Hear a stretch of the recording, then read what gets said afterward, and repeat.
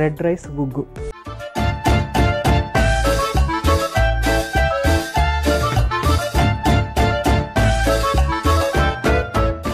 Red rice గుగ్గుకి కావాల్సిన పదార్థాలు ఏంటో ఒకసారి చూసేద్దాం. రెడ్ రైస్, కందిపప్పు, వాము, ఉప్పు. చాలా సింపుల్ ఇంగ్రీడియంట్స్, చాలా ఈజీ కూడా చేయటము. అయితే దీనికి ముందు ఒక ప్రాసెస్ ఉంది. పిల్లలకి మనం పెడుతున్నాం కాబట్టి దీన్ని చాలా చాలా జాగ్రత్తగా చేయాలన్నమాట. ఫస్ట్ ఏంటంటే రెడ్ రైస్ని తీసుకుని శుభ్రంగా కడిగేసిన తర్వాత ఒక 15 నిమిషాలు వాటర్లో నానబెట్టి తర్వాత వాటర్ అంతా డ్రైన్ చేసిన తర్వాత ఆ రైస్ని ఎండలో పెట్టాలి. ఎండిన తర్వాత వచ్చినటువంటి రైస్ అన్నమాట ఇది. సో మొత్తం దీన్ని శుభ్రంగా కడిగేసేసి ఫస్ట్ కడిగేసిన తర్వాత నానబెట్టిన తర్వాత ఎండలో పెట్టినటువంటి రైస్ అది రెడీ అయింది. నెక్స్ట్ ఇంకోటి ఏంటంటే పప్పు. నేను ఇక్కడ కందిపప్పు తీసుకున్నాను. మీరు పెసరపప్పు కూడా తీసుకోవచ్చు, లేదంటే కందిపప్పు తీసుకోవచ్చు. రెండు కాంబినేషన్ చాలా టేస్టీగా ఉంటుందని చెప్పేసి నేను ఇక్కడ కందిపప్పు తీసుకున్నాను అనమాట. కందిపప్పుని కూడా చక్కగా కడిగేసేసి ఒక 10-15 నిమిషాలు నానబెట్టిన తర్వాత మళ్ళీ కడిగి అప్పుడు దీన్ని వాటర్ అంతా డ్రైన్ చేసి ఎండలో పెట్టాలి. అలా చేసినటువంటి పప్పు అనమాట ఇది. సో ఈ రెండు తీసుకుని మనము వీటిని చాలా లైట్గా వేయించుకోవాలన్నమాట. సో స్టవ్ వెలిగించేసుకుని ప్యాన్ పెట్టుకుని వాటిని వేయించేసుకుందాము. దీనికి కూడా ఒక మోతాదు ఉంది. ఎలాగంటే ఇనిషియల్గా ఫస్ట్ టైం స్టార్ట్ చేస్తున్నప్పుడు రైసు 5 భాగాలు తీసుకుని పప్పు 2 భాగాలు తీసుకోవాలి. ఎలా అంటే రైసు 5 భాగాలు తీసుకుని పప్పు 2 భాగాలు తీసుకోవాలన్నమాట. అలా తీసుకుంటే కనుక మంచి బ్యాలెన్స్, అమినో యాసిడ్ బ్యాలెన్స్ కూడా చక్కగా ఉంటుంది. తర్వాత పిల్లలకి ఏంటంటే హెవీనెస్, గ్యాస్ ప్రొడక్షన్ అనేది రాదనమాట. ఎందుకంటే పప్పు అనగానే కొంత గ్యాస్ ప్రొడక్షన్ ఉంటుంది కాబట్టి ఆ గ్యాస్ ప్రొడక్షన్ రాకుండా ఉంటుంది. సో నేను ఫస్ట్ ఒక కప్పుడు తీసుకున్నాను. అంటే ఇది మనము 5 భాగాలు అంటే 5 భాగాలు అని అనుకుందాము. ఇందులో మనము 2/5 అంటే ఇది 5 భాగాలు చేస్తే అందులో 2 భాగాలు మనం ఇందులో యాడ్ చేసుకోవాలన్నమాట పప్పుకి.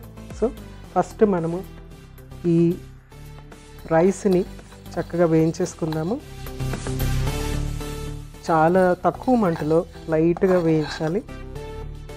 ఇది నానబెట్టి ఎండలో పెట్టడం వల్ల ఏంటంటే గుల్లగా తయారవుతుంది అనమాట. ఈజీగా మనకి ఇది గ్రైండ్ కూడా అయిపోతుంది. సో ఇది నిల్వ చేసుకోవచ్చు.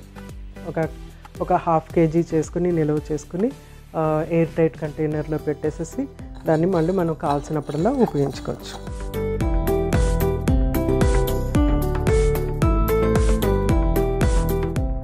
సో ఆ గింజలు కూడా, ఆ రైస్ కూడా కొంచెము షేప్ చేంజ్ అవుతుంది అనమాట. అంటే వేగుతున్నప్పుడు ఆ షేప్ చేంజ్ అవుతుంది. సో మనము దీన్ని తీసేయచ్చు. ఇంకా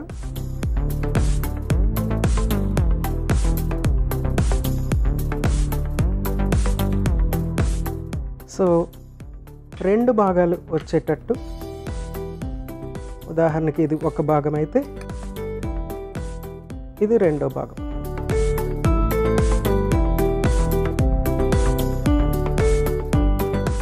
సో కందిపప్పు కూడా వేగితే చాలా కమ్మటి వాసన వస్తుందండి. ఈ కందిపప్పు ఆ ఫ్లేవర్ చాలా ఇంక్రీజ్ చేస్తుంది అనమాట. అంటే రెడ్ రైస్ ఫ్లేవరు కందిపప్పు కలిసేటప్పటికి చాలా చక్కటి ఫ్లేవర్ వస్తుందన్నమాట. చక్కగా ఇది కూడా వేగిపోతుంది కదా. లాస్ట్కి వచ్చే ముందర కొంచెం జస్ట్ ఒక పించ్ వామ్ ఇందులో యాడ్ చేస్తున్నాను.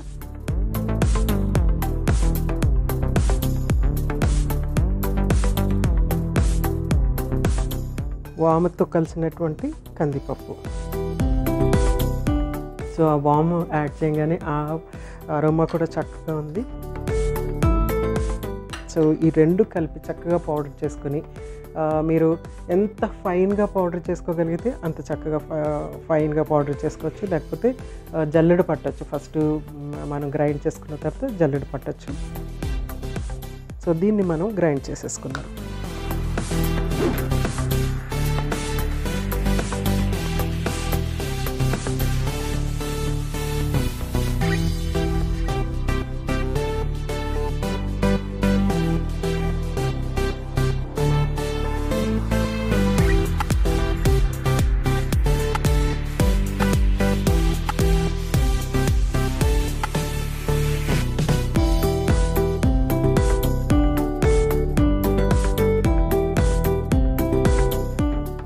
చాలా మంచి అంటే చాలా మంచి అరోమా వస్తుందండి.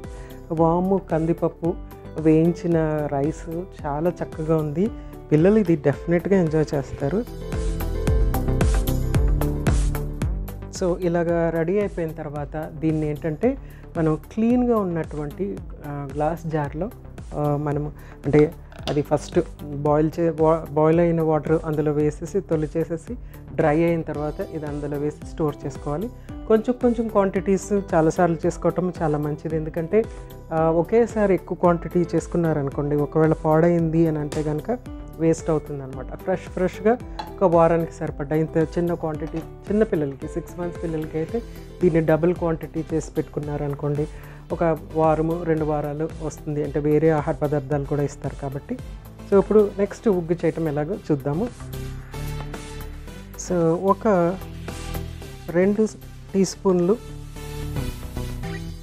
స్పూన్లు వేసుకున్నాను. తర్వాత వాటర్ యాడ్ చేశాను. ఇక్కడ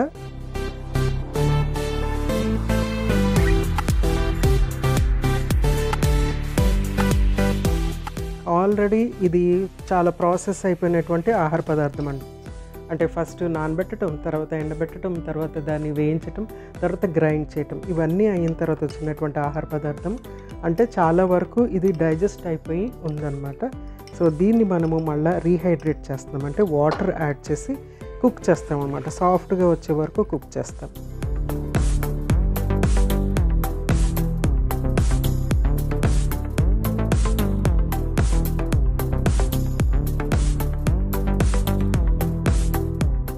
సో ఇది చక్కగా కుక్ అయ్యే వరకు స్పూన్ పెట్టి తిప్పేస్తూ చక్కగా కుక్ అయిన తర్వాత చల్లారిన తర్వాత పిల్లలకి లేకుంటే వామ్గా కూడా ఇవ్వచ్చు. ఇందులో కొంచెం కావాలంటే ఒక్క డ్రాప్ నెయ్యి వేయచ్చు, లేకుంటే వెన్న వేయచ్చు. దీనికి ఉప్పు కానీ లేకపోతే పంచదార కానీ లేకపోతే తేనె కానీ యాడ్ చేసి ఇవ్వచ్చు అన్నమాట పిల్లలకి. సో మనము ఇంట్లోనే చక్కగా చేసుకోవచ్చు. పిల్లలకి ఇది మంచి ప్రోటీన్స్ ఇస్తుంది, కార్బోహైడ్రేట్ ఇస్తుంది, ఐరన్, కాల్షియం, తర్వాత మంచి హీలింగ్ ఎలిమెంట్స్, ఇమ్యూనిటీ చక్కగా పెరిగేటువంటి ఎలిమెంట్స్ ఇందులో ఉంటాయన్నమాట. So excellent food for children. మనము ఏ టేస్ట్లు అయితే ఇప్పుడు పిల్లలకి ఇస్తూ ఉంటామో అవి వాళ్ళ మనసులో నాటుకుపోతాయి అన్నమాట ఆ టేస్ట్లు. సో అందుకని చాలా చక్కటి టేస్ట్లు, మైల్డ్గా ఉండేటువంటి టేస్ట్లు ఫస్ట్ పిల్లలకి ఇంట్రడ్యూస్ చేయాలి. సో చక్కగా కుక్ అయిపోయింది. ఇంకా స్టాప్ చేసి ఇది సర్వ్ చేసేసుకుందాం. సో ఉగ్గు చక్కగా రెడీ అయిపోయింది. సర్వ్ చేసేసుకుందాము.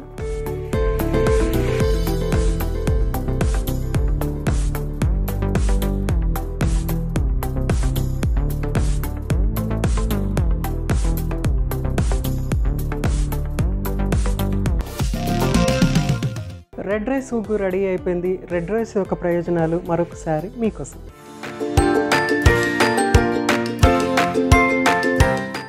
రెడ్ రైస్ తీసుకోవడం వల్ల అనేక చర్మ సమస్యలు మరియు జుట్టు రాలటం వంటి సమస్యలు కూడా ఇది తగ్గిస్తుంది. ఎర్రబియ్యము ఎలర్జీలను తగ్గించడమే కాకుండా క్యాన్సర్ ప్రమాదాన్ని కూడా దూరం చేస్తుంది. బరువు నిర్వహణలో కూడా ఇది బాగా సహాయపడుతుంది. రెడ్ రైస్లో ఆరోగ్యకరమైన కార్బోహైడ్రేట్లు ఉంటాయి. ఇవి చాలా కాంప్లెక్స్గా ఉండటం వల్ల రోజువారీ కార్యకలాపాలకు శరీరానికి మంచి శక్తిని అందిస్తుంది. రెడ్ రైస్లోని యాంటాక్సిడెంట్లు చర్మం పైన ఉన్నటువంటి ఫ్రీ రాడికల్స్పై పోరాటం జరుపుతాయి. కాబట్టి శరీరం ముడతలు పడకుండా, వృద్ధాప్య ఛాయలు అనేవి దరికి చేరకుండా రక్షిస్తాయి.